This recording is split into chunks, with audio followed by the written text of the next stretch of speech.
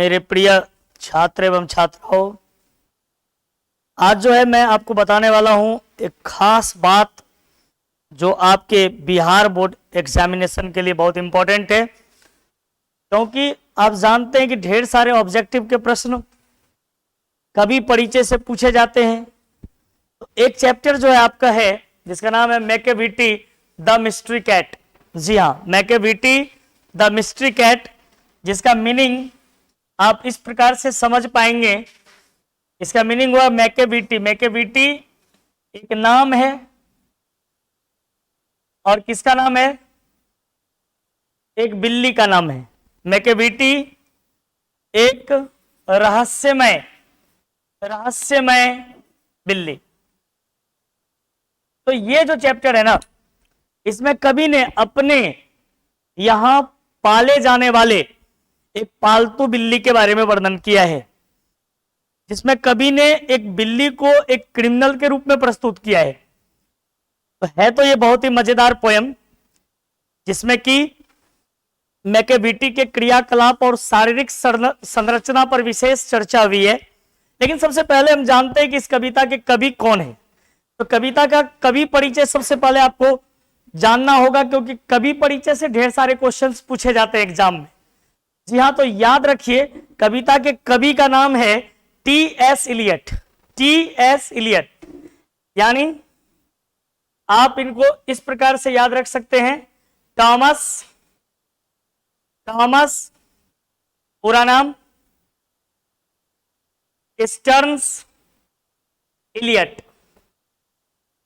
Thomas Stearns Eliot, ये आप इनका फोटो देख सकते हैं। ये बुढ़ापा का फोटो है, जब वो बूढ़े हो चुके थे। और हम आपको दिखाएंगे इनका जो है जवानी का फोटो भी।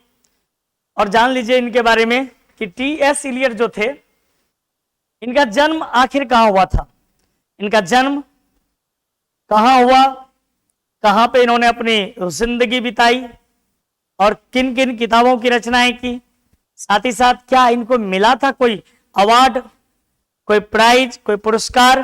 तो जानते हैं एक एक करके सारी बातें। तो अंत तक देखिए, और इनके बारे में सारी बातें आपके दिमाग में मैं सेट करने जा रहा हूं। ठीक है, तो T S. Eliot, Thomas Stearns Eliot का जन्म हुआ था। इनका जन्म, ये फोटो देख सकते हैं आप, इनके जवानी का photo, Thomas Stearns Elliot.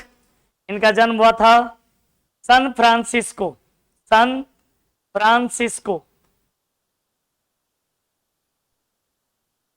In USA, America में, यूनाइटेड स्टेट्स ऑफ अमेरिका में इनका जन्म हुआ, सन फ्रांसिस्को में। और इनका जन्म हुआ था कब? 1888 में। जी हाँ, बिल्कुल अच्छा सा डेट है, आप याद रख सकते हैं, 1 और 888, 1888 ईस्वी में।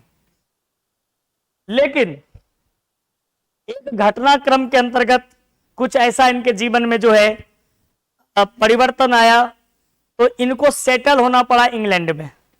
जी हाँ, ये इंग्लैंड में सेटल हो गए। ही सेटल्ड हिमसेल्फ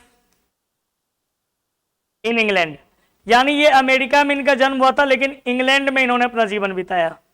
अब आपको एक कवि का नाम याद होगा जिनका जन्म हुआ था, हाँ, इंग्लैंड में, और सेटल हो गए अमेरिका में। कवि का नाम याद है?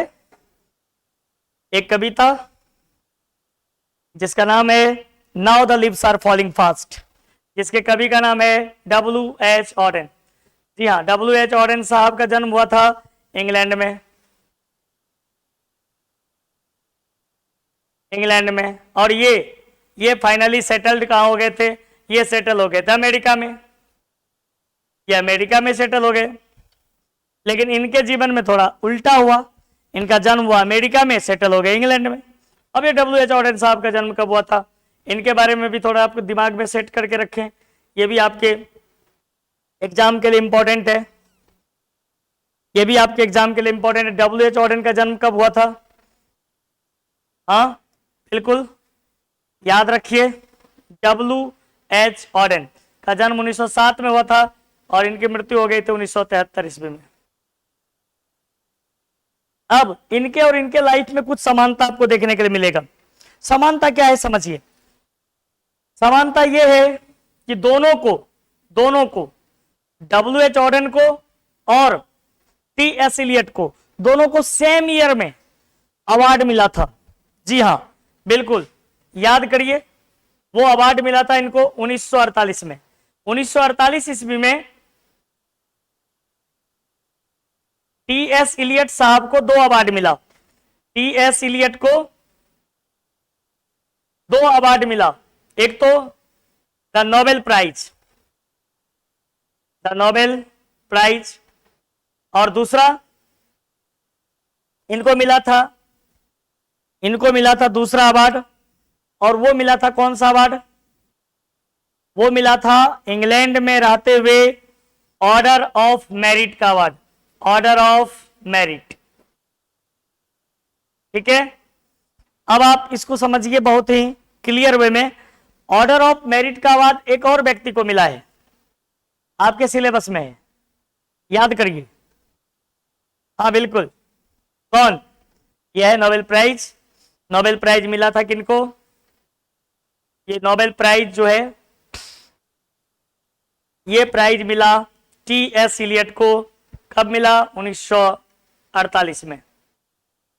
और हाँ, इनको ऑर्डर ऑफ मेरिट मिला था, और ऑर्डर ऑफ मेरिट का अवार्ड एक और पोएट को मिला है जो आपके सिलेबस में है, याद आया? हाँ, Walter Walter de la Mare, जिनकी एक कविता आप पढ़ते हैं, कविता का नाम है एन एपिटेफ। और ये भी याद रखना है कि वाल्टर डी ला मेयर साहब का जन्म जो है ना, ये हुआ था 1873 ईस्वी में, और इनकी मृत्यु हो गई थी 1956 में, और इनको ऑर्डर ऑफ मेरिट का अवार्ड मिला था 1953 में। तो सारी बातें आपको देखना होगा, क्योंकि जब ऑब्जेक्टिव के क्वेश्चन सेट होते हैं तो सभी चैप्टर्स से सेट होते हैं, तो कहां से कौन सा क्वेश्चन डाल सकता है उस विषय पर आपको सोचना पड़ेगा थोड़ा सा। अब जानिए T.S. इलियट साहब के बारे में कुछ और बात, कि T.S. इलियट साहब जो थे एक बहुत ही अच्छे कवि थे, एक अच्छे आलोचक थे, और इन्होंने कुछ किताबों की रचनाएं की। तो थोड़ा सा उन किताबों के बारे में भी जान लेते हैं जिनकी इन्होंने रचनाएं की। कुछ किताबों की रचनाएं जो इन्होंने की है, उन किताबों को जानिए। हाँ, द वेस्टलैंड, बुक नेम इनका, बुक नेम द वेस्टलैंड। दूसरा आस वेडनेसडे। तीसरा 4 क्वार्टेट्स। चौथा Old Possum's Book of Practical Cats, Old पोसम्स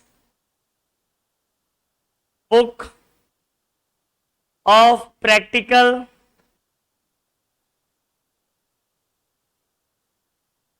old Possum's Book of practical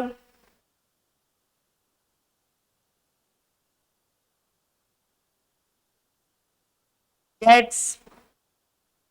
तो ये जो कविता है जो आप पढ़ेंगे, मैकेविटी द मिस्ट्री कैट, जिसमें बिल्ली के क्रियाकलाप पर विशेष चर्चा किया है पोएट T.S. इलियट ने, इस कविता को लिया गया है कहां से? ये कविता लिया गया है, जी हां, Old Possum's Book of Practical Cat से। किस कविता को? तो कविता ये जो है आपका मैकेविटी द मिस्ट्री कैट, ये लिया गया है किससे? Old Possum's Book of Practical Cat से। ठीक है, तो कवि के बारे में आपको विशेष जानकारी मिल चुकी है, इसको दिमाग में सेट रखें, क्योंकि ढेर सारे ऑब्जेक्टिव के प्रश्न पूछे जाते हैं। Thank you very much.